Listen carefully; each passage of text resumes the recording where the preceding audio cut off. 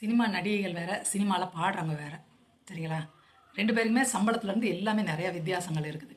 அப்படி இருக்கும் பட்சத்தில் இப்போ நீங்கள் ஜானகி அம்மா பாடல்கள்லாம் நிறையா கிளுகிளுப்பு பாடல்லாம் அப்படி பாடுவாங்க. ஆனால் அவங்க ட்ரெஸ் கோடு பார்த்தீங்கன்னா சட்டை ஃபுல்லாக கவர் பண்ணி பெரிய பொட்டு வச்சு சேலை ஃபுல்லாக ஒரு மாதிரி தான் இருக்கும். அந்த ட்ரெஸ் ஃபுல்லாக கவர் ஆகிட்டு என் கிட்டத்தில் யார் வந்துடாதீங்கன்ற மாதிரி தான் இருக்கும் அவங்க ட்ரெஸ் கோடு. அதுதான் கரெக்டு. இப்போ சின்மய பிரச்சனையில் ஏஆர் ரஹ்மான் அவங்க அக்கா சொன்னாங்க, அது ட்ரெஸ் கோடு நல்லா இருக்காது. இப்போ இப்போ வைரமுத்துக்கு சபலம் வருதுன்னா அவங்க ட்ரெஸ் கோடை வச்சு ஒருவேளை அவங்க ஓப்பன் டைப்பாக இருப்பாங்களோ நம்ம ஏன்னா ஓப்பன் டைப்னா என்ன அந்த ஓப்பன் டைப்பு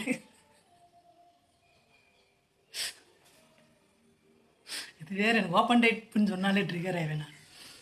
அந்த மாதிரி நினச்சிட்டு அவர் கூட அணுகியிருக்கலாம் அப்படின்றது தான் சொல்ல வந்தாங்க.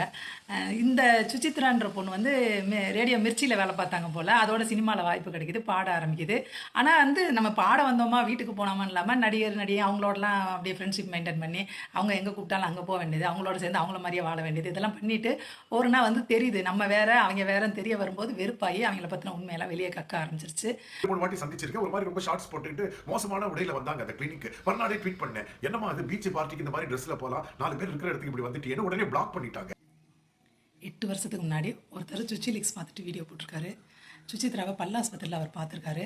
அங்கே அவங்களோட ட்ரெஸ்ஸு நல்லா இல்லை, ஆபாசமாக ட்ரெஸ் பண்ணிட்டு வந்திருக்காங்க போல். அதுக்கப்புறம் அவர் ட்விட்டரில் கேட்டிருக்காரு, ஏமா ஒரு பார்ட்டிக்கு இந்த மாதிரி ட்ரெஸ் போட்டு போனால் பரவாயில்ல, இங்கே இந்த மாதிரி இடத்துக்குலாமா போட்டு வரன்னு சொல்லுவோம். அவர் அந்த மாதிரி பிளாக் பண்ணிருச்சான். அதுக்கப்புறம் இந்த மாதிரி சினிமா நட்சத்திரங்களோட பார்ட்டி எப்படி பண்ணுறாங்கன்றதையும் அதில் சுசித்ரா ஸ்ரீகாந்த்லாம் கலந்துக்கிட்ட விஷயங்கள்லாம் அவர் சொல்கிறாரு. இது 8 வருஷத்துக்கு முந்தின வீடியோ. டிம் கார்னர் அப்படின்னு அதில் டிம்மா லைட் அப்படி தொங்கிட்டு இருக்கும். 4 சோஃபா செட் இருக்கும். அங்கே நடிகர்கள் ஒவ்வொருத்தரோட மடி மேலே உட்காந்துட்டு இருப்பாங்க. அப்புறம் கோல்டன் கார்டன் ஒரு சின்ன டோர் வச்சிருப்பாங்க. அவங்க கொலப்புறம் போவாங்க. அது சின்ன கார்டன் தான் இருக்கும். 4 பூத்தொட்டி அங்கங்கே கொடி தொங்கிட்டு இருக்கும். அங்கே இவங்க கட்டி பிடிச்சிக்கிட்டு நடிகர்கள் மதுக்கோப்பையை வச்சுட்டு இருக்கமா பண்ணுவாங்க. அதை தவிர இவங்க ஃபோன்லேயே கேட்பாங்க, பார்ட்டி இன்வைட் பண்ணும்போது டார்க் ரூம் இருக்கா அப்படின்னு. டார்க் ரூம்னு வச்சுப்பாங்க. அதாவது ஒரு சின்ன ரூம்ல 4 டன் ஏசி இருக்கும். கொஞ்சம் கூட லைட் இருக்காது, மியூசிக் இருக்காது. ஒரு 10 பேர் ஆணும் பெண்ணு உள்ள போயிடுவாங்க. அவங்க காதல் மொழிகள் தான் அங்கே வந்து சமைச்சியா அப்படியே ஒருத்தரோட ஒருத்தர் கட்டி பிடிச்சிட்டு இருப்பாங்க.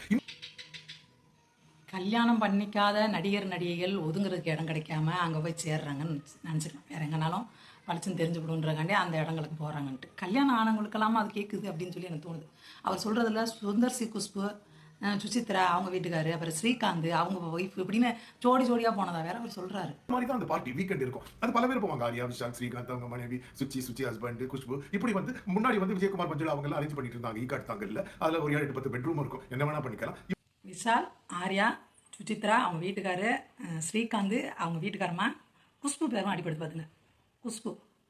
குஷ்புட்டே விசாரித்தா நல்லாயிருக்கும். அப்போ இவர் சொல்கிற பேர்களையும் கூப்பிட்டு விசாரிக்கணும்.